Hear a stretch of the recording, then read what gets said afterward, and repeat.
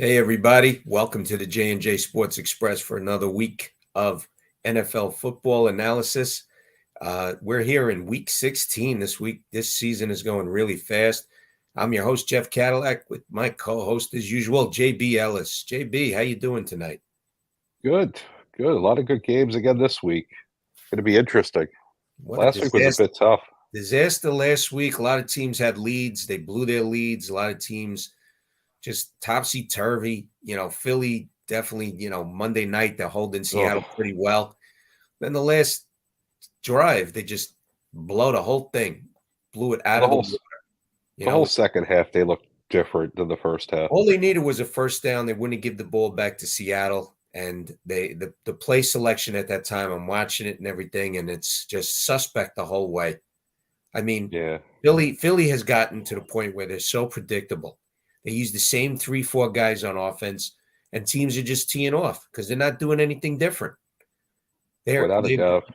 they become so predictable, and that's why they've been losing. Yeah, it So was just anyway, ugly. let's get to the first game this week. We got Thursday night, New Orleans at the Rams. Rams are favored by 4. Who you like in this game and why, JB? This is interesting, this game, because when you look at it, you know, the Rams, nobody thought would do well this year. The Saints, everybody thought would be fighting for the division, which they are. But the Saints have looked bad all year. And the Rams, even though they haven't looked great, have looked good. I kind of like the Rams here. I think, Stafford's looked decent. He looked better than Carr. The Saints defense, which is supposed to be the key to their team, hasn't done as good as they should have. The Rams got that rookie Nakua, who's doing really well. They found a little bit of a running game. Their defense is somewhat okay, and they're at home. I like the Rams here. I happen to agree with you. I like the Rams, but believe it or not, it was a very tough choice, and I'll tell you why.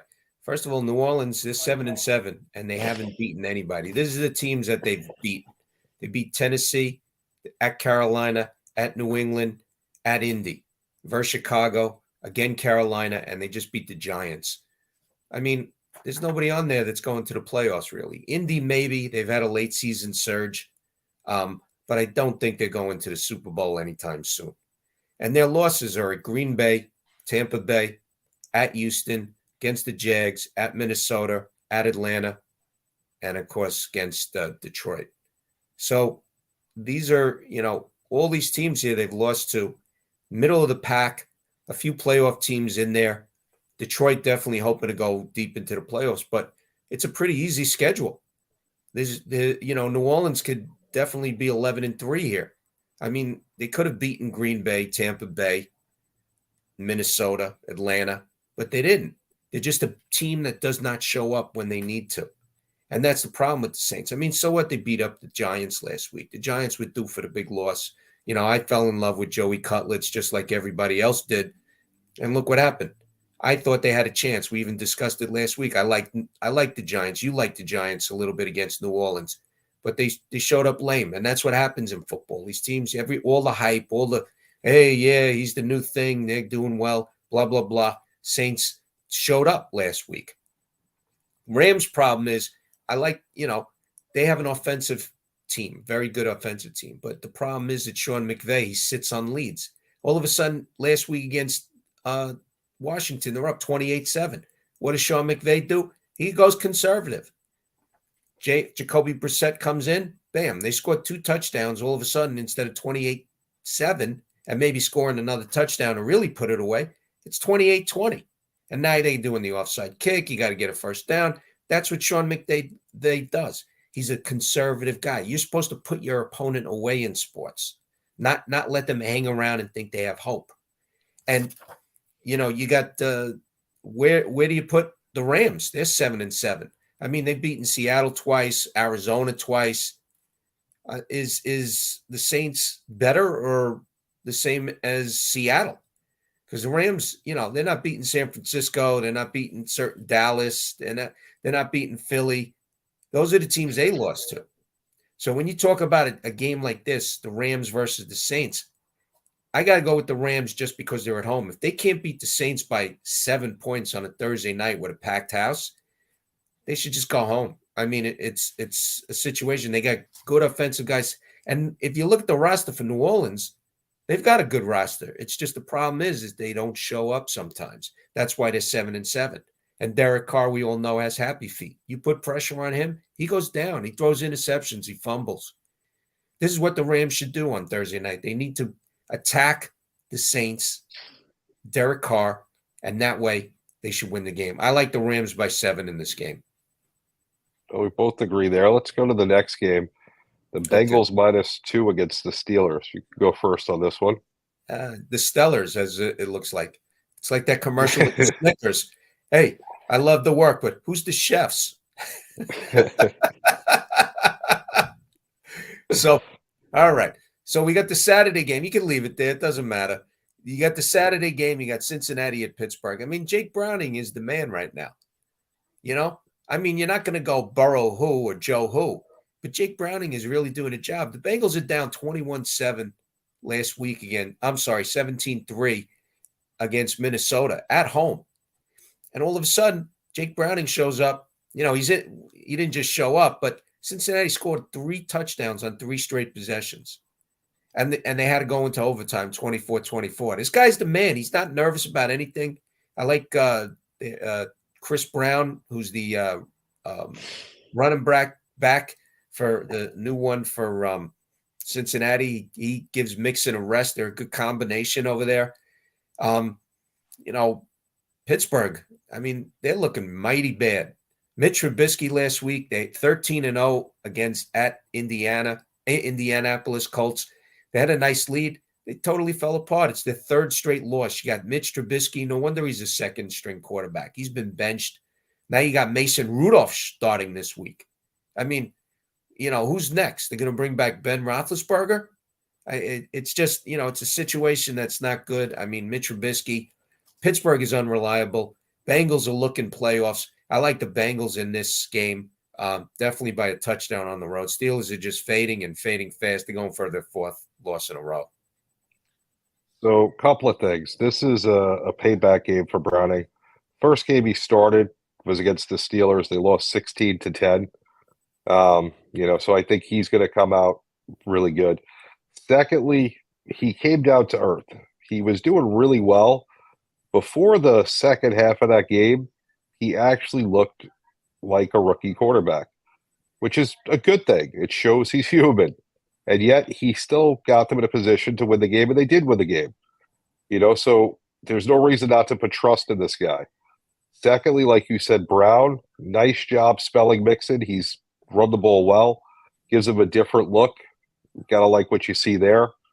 The Steelers, they're back to Rudolph the Red-Nosed Reindeer at quarterback. He wasn't good the first time. He's not going to be good this time, but he's better than Trubisky, which is not saying much. So when you put all those things together, you know, I like the Bengals here on the road. I want to see what Browning does because he's seen this defense already. This is one of the great things with the division games. You get to see the team twice. You know, now he's going into Pittsburgh for the first time as a starter. I think he's going to be fine. I don't see any issues with that. I see him taking control of the game. He had his bad half last week. He was able to recover. He's seen this defense already. You know, I think this team's going to be okay this week. And one more thing I want to say is that Pittsburgh, their defense, besides TJ Watt, could you really name anybody on that defense? They're terrible. The secondary gets like picked apart. The rest of the defense just stands around. They wait for, you know, TJ Watt had 2 sacks last week, and the rest of the team didn't make a tackle. I mean, who you know, Minka Fitzpatrick, he's basically stealing his money right now. He's not doing anything. That whole defense is not doing a damn thing. Up 13-0 on the road. You got to do something. I mean, they just, you know, you're talking Indianapolis just scored 30 straight points and called it a day. They made Minshew look like Tom Brady out there. It's terrible. It was bad. Yeah. I mean, you think Pittsburgh would do on a bounce back. Trubisky's just terrible. The fact that he's still in the NFL, he should, you know, wake up every day and go, yes, and kiss whoever, but he's getting millions of dollars to stink. And eventually, and that's why they're terrible. I mean, they got to do something with their defense in the offseason. If they come back with this team again, they're going to there's definitely going to be a big losing season because this defense is terrible. I agree. So let's go to the third game. The Lions heading up to Minnesota, -3. All I'll right. start with this one.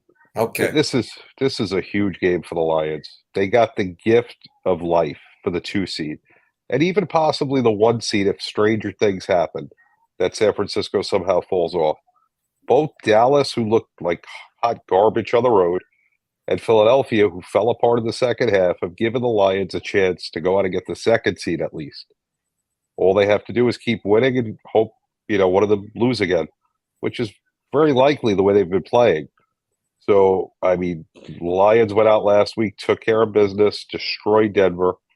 The Vikings, on the other hand, we just spoke about, they lost in overtime to the Bengals. They gave up a game where they were in total control. They're 2 teams going in opposite directions right now. I think the Lions here are going to show a sense of urgency and go out and win this game. I happen to agree with you on this. I think Detroit just finally woke up last week. I think Dan Campbell, he read them the riot act after how they were playing the last few games. I mean, look, they lost against Chicago. They barely beat Chicago. They lost on Thanksgiving against Green Bay. They were really not playing well. They barely beat, they had a 21-0 lead on New Orleans. They won 33-28. They played a dominating game last week against Denver. I thought Denver would keep it close the way Detroit was fading, you could say. I mean, they did win a couple of games in there, but they did fade their play. But they totally just destroyed Denver on both sides of the ball. I loved it. And if you got the running backs Gibbs and Montgomery as a 1-2 punch, forget it. Then Goff can just drop passes all over the place because the defenders and the secondary are going to be waiting on the run, and wide receivers are going to be open all over the place. Minnesota, they had that game last week. As we said, Nick Mullins, what's going on with Nick Mullins? This is no confidence in a quarterback. You got a 3rd and 1. And if you get the first down, you basically could just go in overtime, just go down a few more yards, kick the field goal, and you got a nice win in overtime, and you can go home. They were in the same stupid play. They don't got the tush push like in Philly. They got this not a very good quarterback sneak. You got Nick Mullins out there. You do what I would have done in that situation is a 2 tight end set. You got 2 tight end. You got your all-pro tight end on one side, the blocking tight end on the other, who basically doesn't get any passes. You got like a William Perry as a fullback, and you got your running back right behind him. Now, the quarterback looks over the defense real quick. If you got somebody who's a decent quarterback, takes the ball, and he makes it look like it's a run because they're going to make it look like it's a power run. What they do instead is they have the tight ends go out because everybody's going to be playing the run, and either tight end is going to be wide open, and that's the way you should have thrown the ball. And you could have just walked into the end zone, and teams have done that. But what did they do? 3rd and 1, no gain. 4th and 1, and Cincinnati takes the ball, goes the other way. Nick Mullins is a backup. I feel bad for the guy because he's a good guy. He's bounced around the league. Again, another guy like Trubisky should be lucky he's getting an NFL paycheck at this point. He's terrible. It's unbelievable. Detroit is going to expose this defense. The Minnesota defense also, they don't show up at times. What are they doing in the second half in the 4th quarter against Cincy? They're playing prevent defense. As Madden used to say, John Madden said, the only thing the prevent defense does is prevent you from winning. And that's what happened with Minnesota. They deserved to lose that game. It was disgusting. You're up 17-3 in the 4th quarter. There is no way that you should be losing a game like that. You had teams last week, nice leads. They blow them. Like they said, bad teams, as I say, bad teams find a way to lose. And that's what happened. I think Detroit, forget it. This is going to be like a 40-10 game. If they don't blow them out, then they know what's at stake. The Vikings aren't going anywhere because they got quarterback issues. And they got a few other issues that they need to attend to. But right now, this week, I like the Lions big at the Vikings, 40-10. All right. Next, we got the You got the Cowboys on the Cowboys road. and the Dolphins. I'm surprised this isn't the Sunday night game. You know, this should be like the Nah, Sunday night game. if it was in Dallas, maybe, but the Cowboys are on the road. They don't play on the road. They don't get on the plane. What do you mean they don't get on the plane? They just play poorly on the road. Yeah, they're horrible on the road. Unless they play at the Giants, you know? Well, I mean, that's So, not a road game. There's probably all right. So more Dallas fans. you want me to do this first? I'll do the first. Go ahead. Okay. Cowboys at Dolphins, -1.5. We all know last week, Cowboys went to Buffalo, got slammed because what the Cowboys didn't prepare for was some guy in the secondary that was going to run from the other side and tackle their running back or even tackle Dak. And this is what they didn't prepare for. Motion on the other side by the defense. And they never even saw it coming. That's the problem. Cowboys got slammed. I thought Cowboys would make this a competitive game. You know, Buffalo barely won against Kansas City on a flag. So you got Cowboys coming in, and what happens? They throw a dud. Dolphins last week, they beat the Jets. That's a so what, okay? Jets are basically, written it out. They're off. I mean, anybody who thinks the Jets are going to win any games the rest of the season, it's a joke. Dolphins are still playing for possible 2 seed, maybe even a 1 seed. So what they're doing is Cowboys. Cowboys have a good offense, but not last week. They scored a dummy touchdown against Buffalo. That game was 31-3. It ended up being 31-10. Miami's got the number 1 offense. Dallas has the number 6 total defense, but it didn't look that good last week because Buffalo basically ran over 250 yards against the Cowboys. Where was the run defense? Last week, Josh Allen only put the ball up 15 times, and the Bills ran 43 times. If the Dolphins do that, the Cowboys are dead in the water. But also, look who's coming back for the Dolphins this week. Tyreek Hill. He was off last week against the Jets. They didn't even need him. He's going to be on fire this week. Who's covering Tyreek Hill if he's going on an out pattern or he's going straight out? Nobody. He's the fastest guy out there. Dallas doesn't beat anyone either. I mean, the Dolphins, they've been saying that about them, but I got to tell you right now, I like the Dolphins by at least 3 points in this game. I think it goes down to the wire. I think a field goal decides it, but I like the Dolphins in this game at home. Who are you liking, JB? Listen, I like the Dolphins. The Bills gave them the blueprint with a running back that's not as good as the Dolphins running back. Mostert is much better than Cook. Tua can throw the ball once Mostert softens up the defense. You got Tyreek Hill coming back. The Cowboys are on the road. This has all the makings of a Dolphins victory. They got the bye week last week playing the Jets. So you can't take anything from that because the Jets are the Jets. Listen, we just, that's a bye week. But now they got Tyreek Hill back and healthy. You got Mostert that can run the ball. And if you saw what Cook, how he shredded that defense, now you got a running back that's a tier or two higher. I don't see how they're going to stop him. The guy has 18 touchdowns. He has more touchdowns than the 2 New York teams combined. So forget about it. Yeah, speaking about the Jets, I think Robert Saleh's job is on the line because if you think about it, the Jets, first of all, they are not just a quarterback away from being competitive. They have a lot of holes on that team. They have a lot of the offensive line is terrible. The defensive line is terrible. And Robert Saleh, you gotta understand, how many players has this guy developed? And you know what the answer to that question is? 0. He hasn't developed anybody. He's one of these coaches that needs superstars on the team so that he can look good. He has not developed anybody on that team. He was a great defensive coordinator at San Francisco before that. Yeah, because they had great players. I mean, it's easy to direct, Tom Brady and call yourself an offensive coordinator. It's easy to direct a Christian McCaffrey. But if you have nobody out there and the only guy you have out there is Sauce Gardner and the rest of the defense is pitiful, I mean, who are they stopping? They're not stopping anybody because there's so many holes and he's not developing anybody. He's just basically standing back, waiting for Aaron Rodgers to come back, which has officially been made next year. I mean, he's been activated for practice, but he even said he's not playing. I wouldn't even let him the fact of the matter is I wouldn't even let him practice because I can tell you right now, if he gets hurt in practice, the whole coaching staff is gone.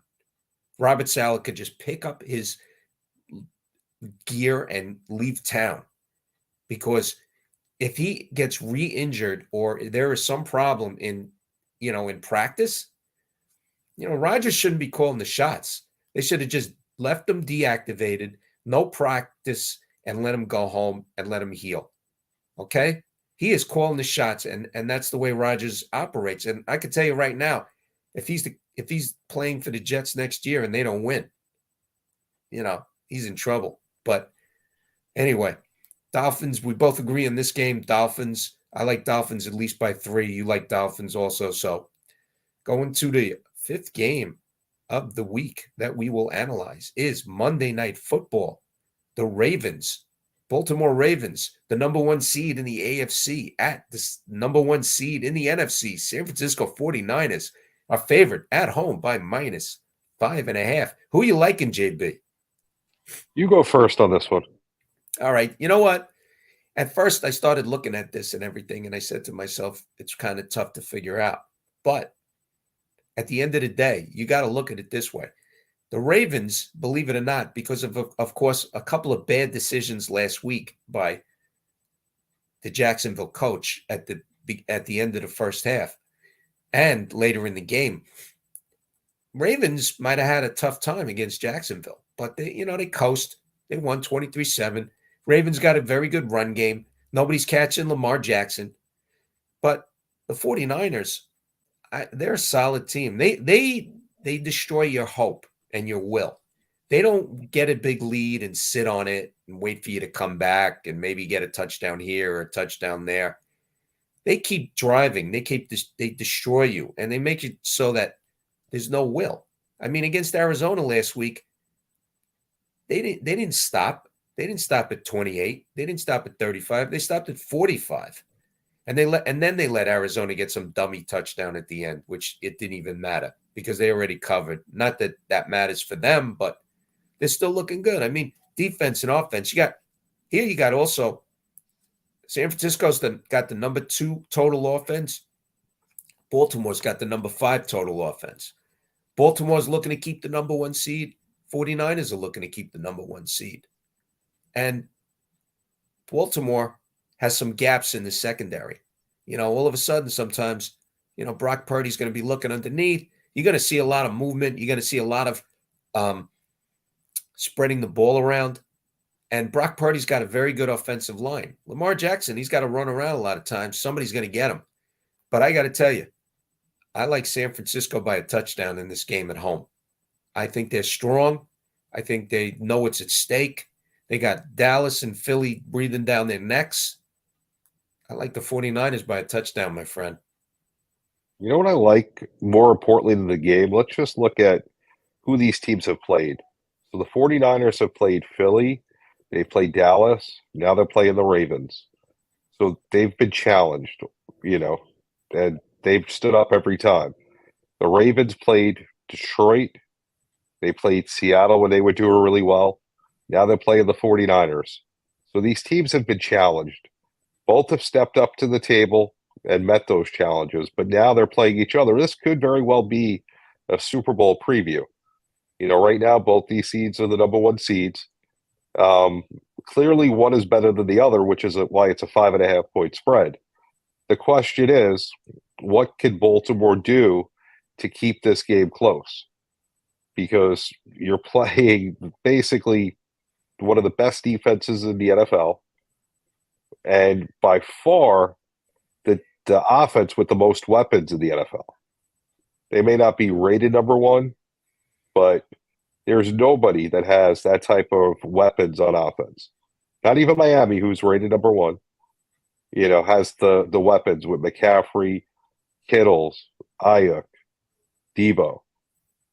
And the offensive line that's really solid.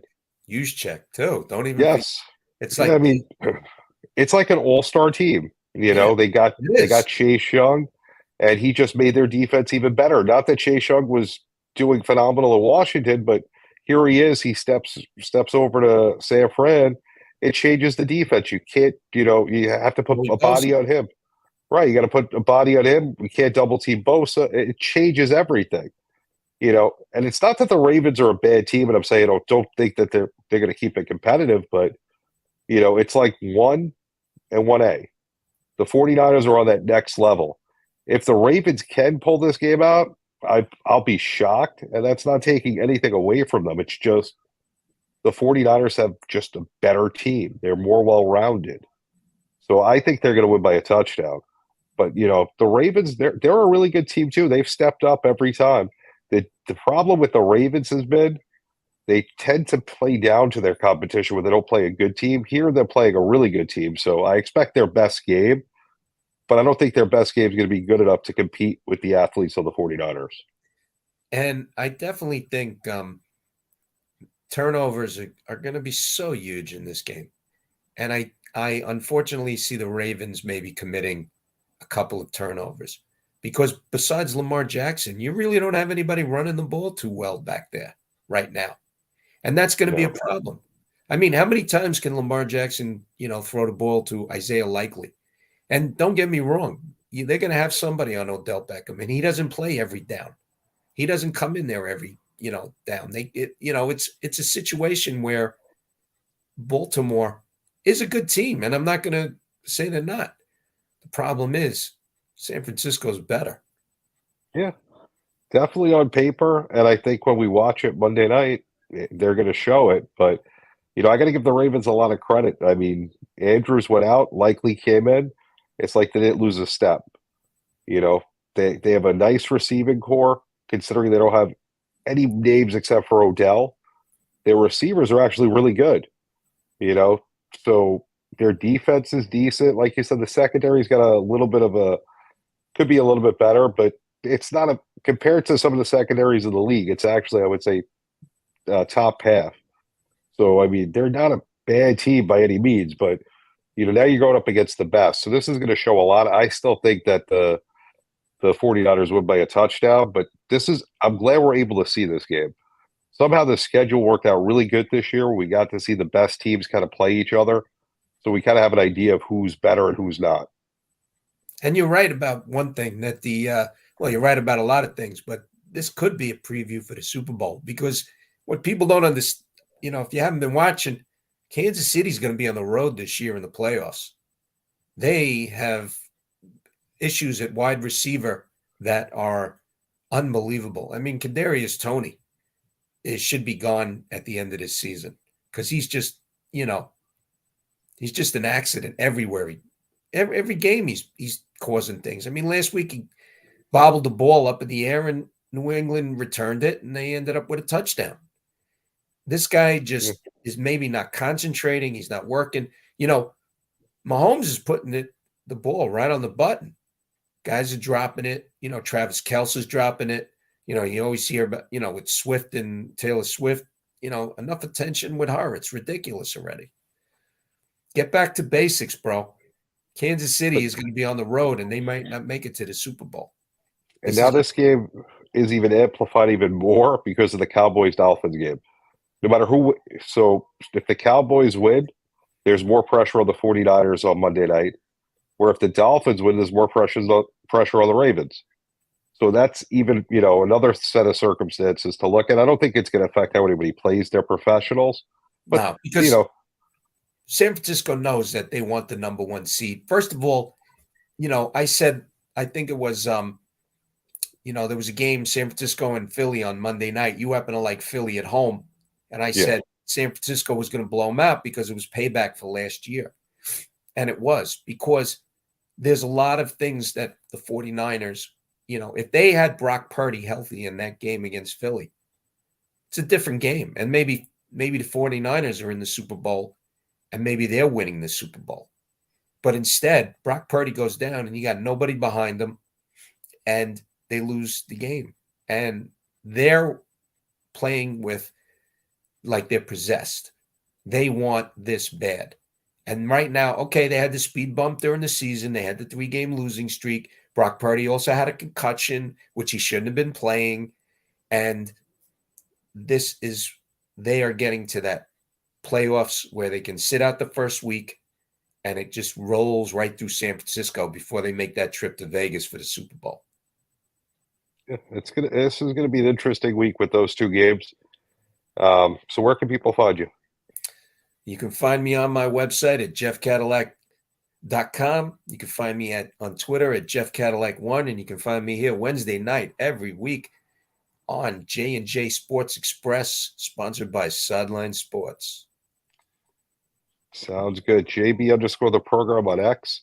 Follow at Sideline Sports 1, NGBN.TV, the new TV network of Sideline Sports, Alumni Media, and DBTV, WDJY in Atlanta, 99.1.